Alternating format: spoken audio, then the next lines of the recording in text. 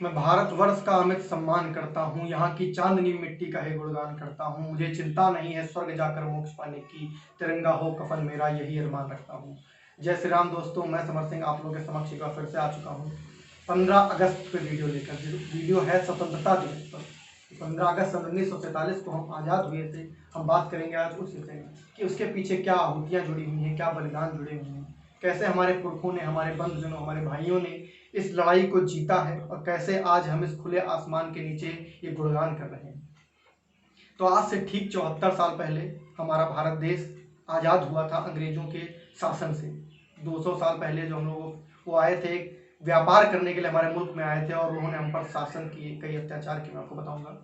तो 15 अगस्त में हम लोग क्या मनाते हैं? 15 अगस्त में हम लोग नई नई झांकियाँ निकालते हैं, रंगारंग कार्यक्रम करते हैं, पेट्रोटिक चीज़ें करते हैं, लोगों का मन बहलाते हैं, लोगों को थोड़ा बहुत जागरूक करते हैं, मिठाइयाँ बांटकर खुशी का इजहार करते हैं। लेकिन आज की जनरेशन को ये नहीं पता है कि इसके पीछे कितने बलिदान जुड़े हुए हैं, कितनी आहूतियाँ जुड़ी हुई हैं, कितने लोगों ने अपना आज़ादी की वो सुबह नहीं देखी लेकिन हमको आज़ादी दिला गए। तो आज हम बात करेंगे उन सभी चीज़ों की। तो मैं आपको बता दूं कि अंग्रेज हम पर क्या अत्याचार करते थे। अंग्रेज हमको मारते थे, जानवरों से बेबदतर हमको खाना देते थे, हमारी एजुकेशन पॉलिसीज़ को डिप्लॉय करते थे जिससे हमारी जनरेशन, हमारा यूथ पढ़ ना सके, जो पढ़ ना सके तो वो बढ़ ना सके, और हमारे शरीर से वो खून को निकालते थे जिसका वो व्यापार बाहर कर सके। हमारे देश के जो सही वर्ग थे उस पर वो कर लगाते थे कि उससे जब वो कर लगाएंगे तो उनको अधिक से अधिक मात्रा में रुपए मिलेंगे। अब मैं आपको बताऊंगा कि कैसे हम लड़े, तो आखिर क्या था इसके पीछे का कारण।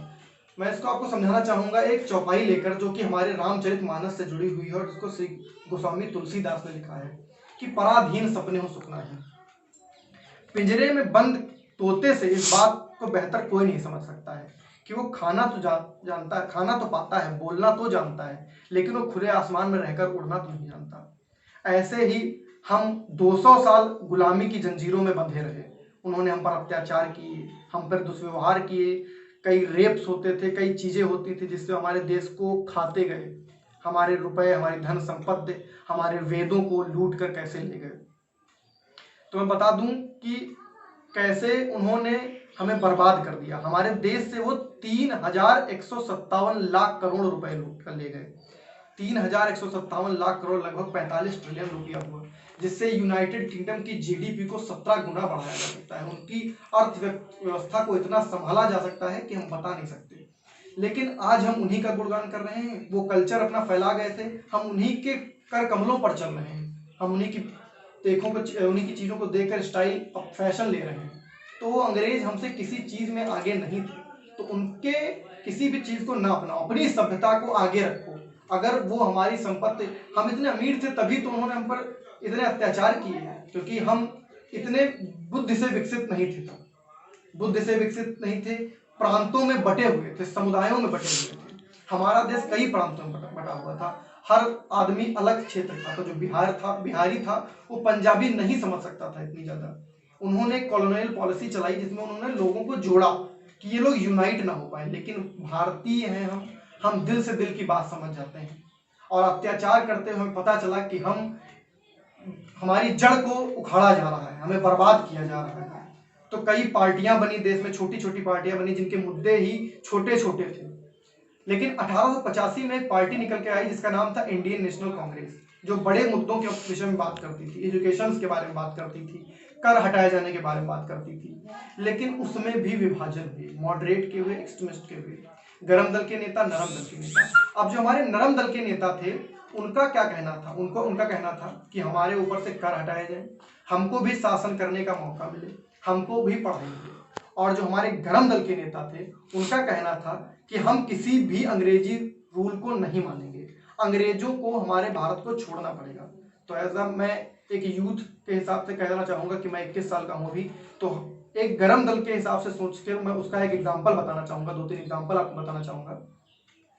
भगत सिंह, मैं बात करूँगा भगत सिंह की, कि जब उन्होंने सैंडर्स को मारा, लाला लाजपत राय के खून के विषय में, और जब उन्होंने असेंबली में अपनी आवाज़ को उठाने के लिए बम धमाके किए, तो उन्होंने जेल जाकर जब आज़ादी की लड़ाई लड़ी तो उन्होंने क्या सामना किया, किन कठिनाइयों का सामना किया। भगत सिंह ने देखा कि वहाँ पे जो कैदी हैं, हमारे भाई हैं, उनको कैसा खाना दिया जा रहा है, कितना गंदा खाना दिया जा रहा है। तो उन्होंने भूख हड़ताल रखी, 63 दिन तक वो भूख हड़ताल चली था जी, 63 दिन तक। आप लोग सोच सकते हैं, एक इंसान एक दिन अगर उसको खाना ना मिले, 2 दिन उसे भूखा रखा जाए तो छटपटाने लगता है। उन्होंने 63 दिन तक ये भूख हड़ताल रखी, अपने सहपाठियों के साथ, अपने दोस्तों के साथ, जिसमें बटुकेश्वर दत्त, सुखदेव राजगुरु कई लोग थे, और जिसमें जतिन दास की मृत्यु हुई।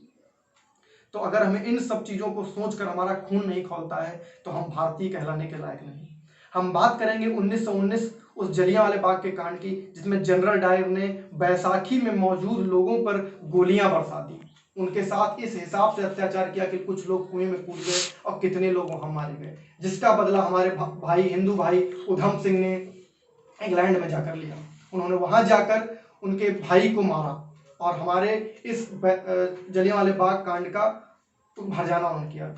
अगर हम इन सब चीज़ों को भूल जाते हैं और इन सब चीज़ों को सोचकर भी हमारा खून नहीं खौलता है तो हम भारतीय कहलाने के लायक नहीं हैं।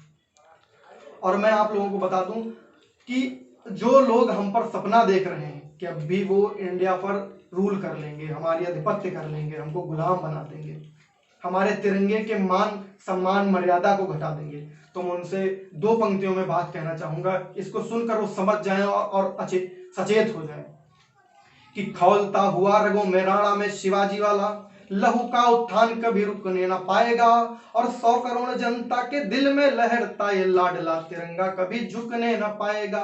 100 करोड़ जनता के दिल में लहरता ये लाडला तिरंगा कभी झुकने ना पाएगा। तो अगर मेरी वीडियो अच्छी लगी हो तो प्लीज़ लाइक करें, शेयर करें, सब्सक्राइब करें, क्योंकि हमारे आने वाली जनरेशन को इसकी बहुत ज़्यादा ज़रूरत है, और इसे देखें और समझें। जय हिंद, जय भारत।